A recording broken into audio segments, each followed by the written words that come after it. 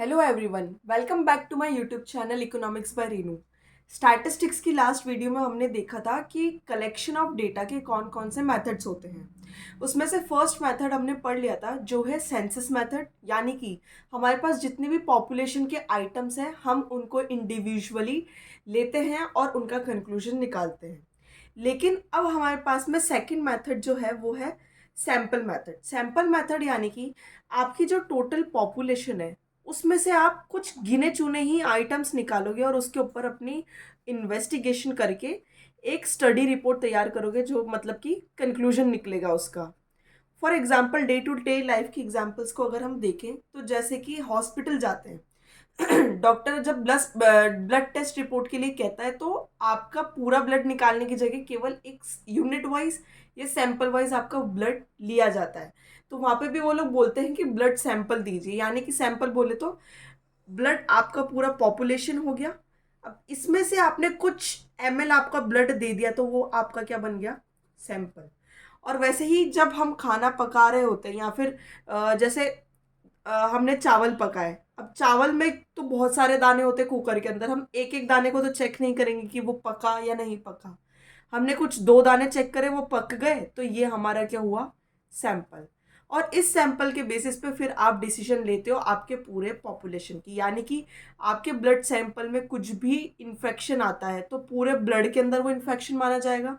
और same example यहाँ पर अगर दो चावल के दाने पक गए, यानी कि हम क्या मानेंगे, पूरे कुकर के दाने पक चुके हैं। तो अब डेफिनेशन के अकॉर्डिंग क्या है कि it is that method in which data is collected about the sample, यानी कि सैम्पलिंग मेथड है तो हम as a sample data collect करेंगे on a group of items. हमने आइटम्स किस में से लिए हैं, from the population, for examination and conclusion are drawn on their basis. वही चीज जो मैंने अभी एग्जाम्पल में बताई।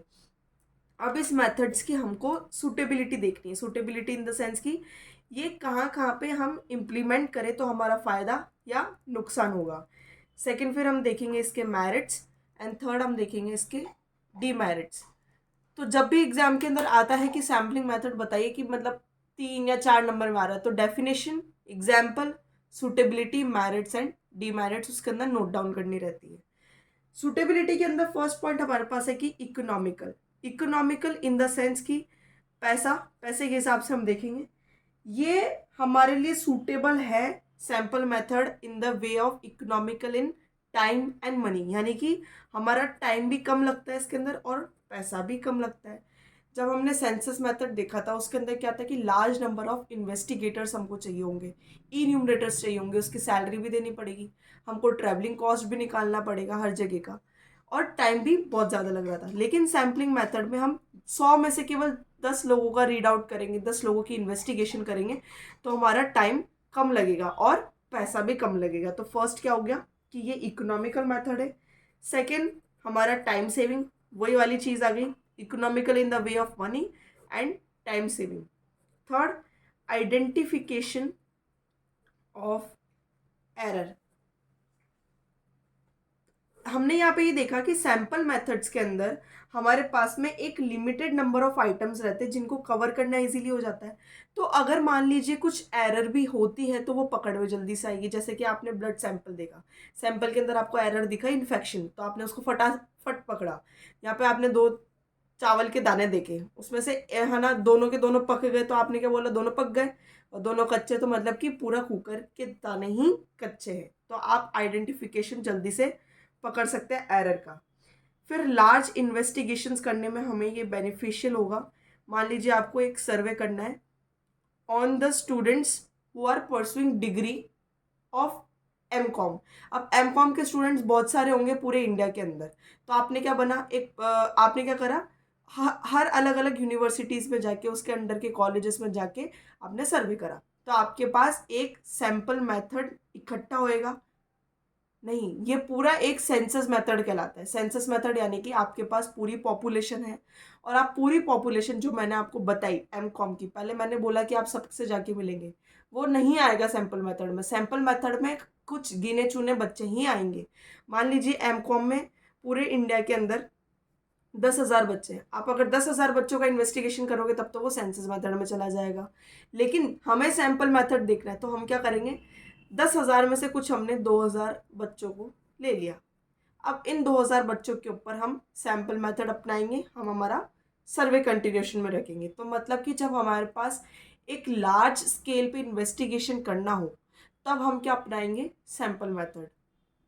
उसके बाद फिफ्थ पॉइंट हमारे पास आता है एडमिनिस्ट्रेटिव कन्वीनियंस। एडमिनिस्ट्रेटिव कन्वीनियंस यानी कि हमारे पास में बहुत अच्छे कैपेबल और एफिशिएंट इन्वेस्टिगेटर्स हम अपॉइंट कर सकते हैं कम पैसों पे, और जिनका कम टाइम खर्च हो रहा हो। तो हमारे पास में एक मतलब कह सकते हैं कि स्मूथली आपका काम चलाया जा सकता है, यानी कि एडमिनिस्ट्रेटिव कन्वीनियंस। एडमिनिस्ट्रेटिव यानी कि जो भी आपके पेपर वर्क हैं, आप कुछ भी नोट डाउन कर रहे हो, आपको कहीं खर्चा करना पड़ रहा है, आपको कहीं से परमिशन लेनी पड़ रही है, वो सारी चीज़ें एडमिनिस्ट्रेटिव कन्वीनियंस में आती है। This is more scientifical method, scientific method. Sample method is more scientific क्योंकि इसके अंदर जो भी सैम्पल डेटा है वो कन्वीनियंटली अलग अलग एंगल से इन्वेस्टिगेट किया जा सकता है। मतलब कि अब आपको मतलब बोला गया, एक एरिया दे दिया गया, कोई भी स्टेपुलेटेड एरिया दे दिया राजस्थान का, आपको कोई भी पर्टिकुलर डिस्ट्रिक्ट दे दी। अब उस डिस्ट्रिक्ट में जाके आपको ये बोला गया है कि उन बच्चों को लेके आओ जो फिफ्थ या फिफ्थ से अबव क्लास में पढ़ रहे हैं, लेकिन उनकी अभी तक 10th कंप्लीट नहीं हुई है। तो आपके पास एक पॉपुलेशन आ गई कि आपको किसकी स्टडी करनी है। फिर आपने उनमें से कुछ कुछ सैंपल्स उठा लिए। अब उन बच्चों को आप अलग अलग एंगल से रीड आउट कर सकते हो। अलग अलग एंगल इन द सेंस कि आप उनकी एज देख सकते हो, नाम तो देख ही रहे होंगे। उसके बाद में आपको किस बेसिस पे उनकी स्टडी करनी है वो भी आप देखोगे। यानी कि लिटरेसी रेट तो आपको देखनी है, लेकिन उसके साथ साथ आप कुछ इनडायरेक्ट क्वेश्चंस भी पूछ सकते हो, जैसे कि उनकी हाउसिंग कंडीशंस क्या है, सैनिटेशन फैसिलिटीज़ क्या है। तो आप पॉपुलेशन के जो भी सैंपल्स हैं उनको अलग अलग एंगल से रीड आउट कर सकते हो जब आप सैम्पलिंग मेथड कर रहे हो।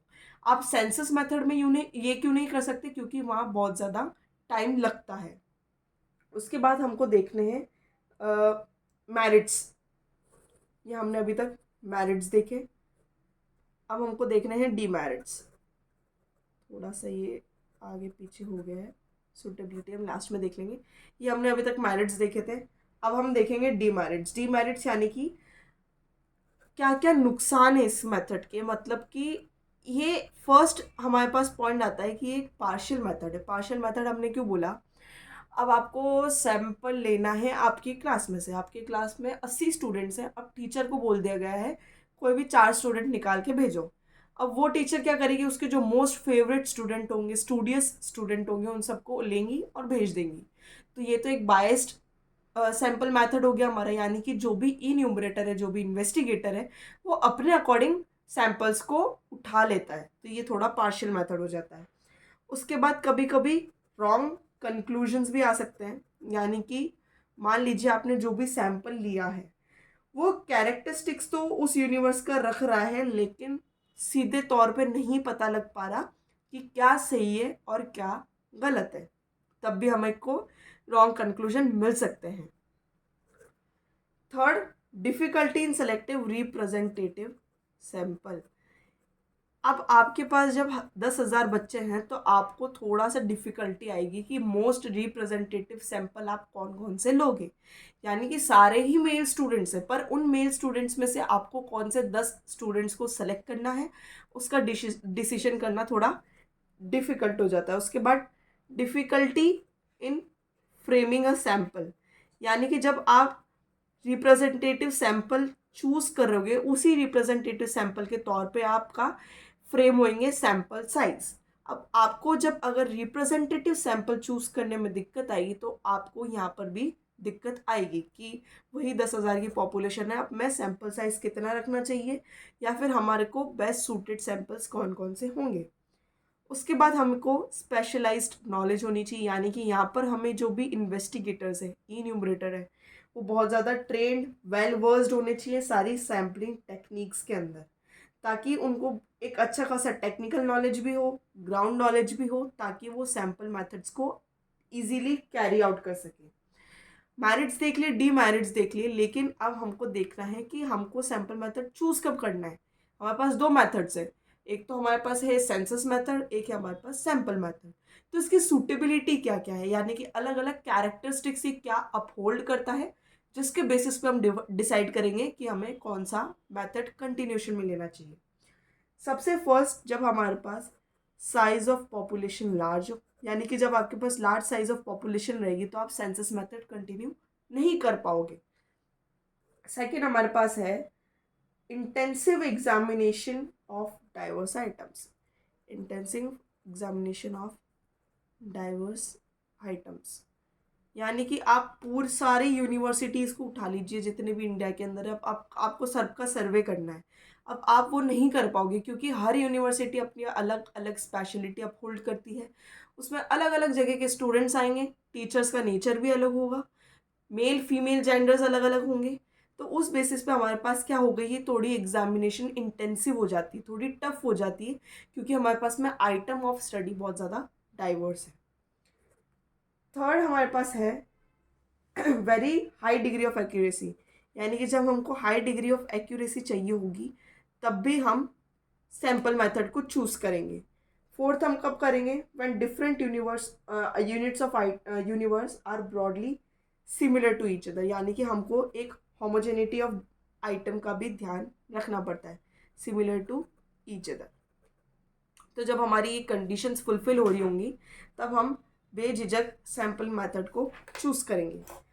अब यहाँ पे बात आती है कि सैम्पल मेथड तो हमको चूज करना है, लेकिन जब हम एक सैम्पल चूज करेंगे तो उसके एसेंशियल्स क्या क्या होंगे, यानी कि क्या क्या कैरेक्टरिस्टिक्स वो अपहोल्ड करेगा। तो सबसे फर्स्ट आपका जो सैम्पल आप चूज कर रहे हो वो रिप्रेजेंटेटिव होना चाहिए, representative of the whole population. यानी कि अगर मैं जैसे आप इलेक्शंस अपहोल्ड होते हैं जब भी, तो जितनी भी पॉपुलेशन है, मान लीजिए राजस्थान की 10 करोड़ पॉपुलेशन है, अब उस 10 करोड़ में से तो चीफ मिनिस्टर एक ही बनता है, तो वो एक चीफ मिनिस्टर पूरे राजस्थान को रिप्रेजेंट करता है कि मैं राजस्थान का चीफ मिनिस्टर हूँ, जो भी रिस्पॉन्सिबिलिटीज हैं वो उसके ऊपर है। तो वो क्या हो गया, एक रिप्रेजेंटेटिव हो गया आपके कॉन्स्टिट्यूएंसी का।